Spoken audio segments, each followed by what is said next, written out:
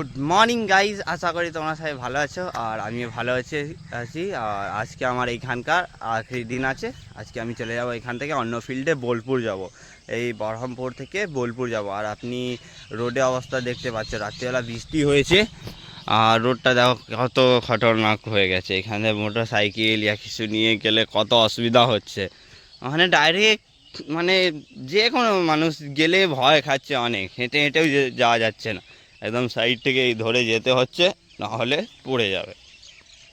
তো আমি অনুরোধ করতে চাইছি ওনার যাদের ধান কাটা মেশিন আছে অথবা ট্র্যাক্টর চালা, ওনাদেরকে যখন মানে তুমি গাড়িটা বার করো তখন এইটা লক্ষ্য রাখবে একটু কি কাদা যেন রোডে না হয়।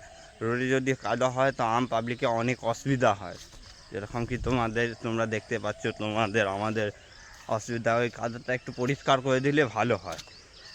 আর আমাদের ট্র্যাক্টর মেশিন আছে, আমরা তো নিজস্বই কাদাগুলো পরিষ্কার পুরো করে দিই।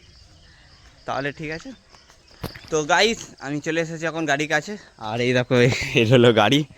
আর এই দেখো রোডের অবস্থা তোমাকে দেখালাম। আর এই রোডে আমাকে র্যাম্প লাগাতে হবে, এই রোডেই তুলতে হবে, কিছু করা নেই। কেন কি এখন যেইখানে যাই সেইখানে নরম জমি কাদা জমি পাবো।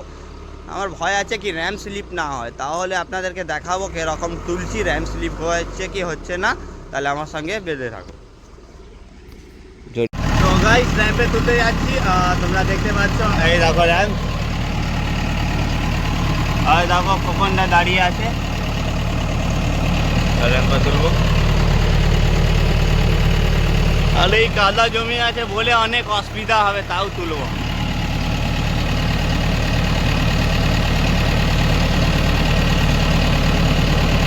তাহলে গাইস, আমি চলে এসেছি এখন মাঠে আর যাচ্ছি এখন বাড়ি। কেন কি তো গাইস, এবার আমি বেরিয়ে পড়লাম আর যাচ্ছি।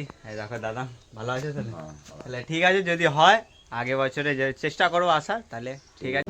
তাহলে গাইস, আমরা বেরিয়ে গেছি আর তোমরা দেখতে পাচ্ছ মালপত্র সব কিছু নিয়ে এই দেখো ট্র্যাক্টরের উপরে নিয়ে বেরিয়ে গেছি। এবার আমরা যাচ্ছি, যেরকম কি আপনাকে বললাম, এখন যাবো ডাইরেক্ট।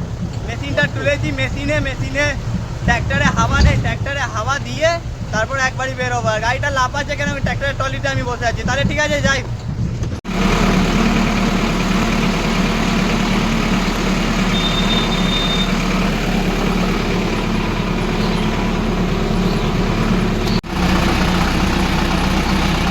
তাহলে গাইস, দেখতে পাচ্ছ আমাদের গাড়ি, এই দেখো হাওয়া দেওয়া হচ্ছে। আর এই দিকেই যাব আবার। তাহলে গাইস, আমাদের নাস্তা হচ্ছে, আর দেখতে পাচ্ছ এই রুটি আর এই দেখো এটা আছে মিষ্টি। তাহলে কাকা খাচ্ছে আর এই ভাইটাও আরম্ভ করে আছে।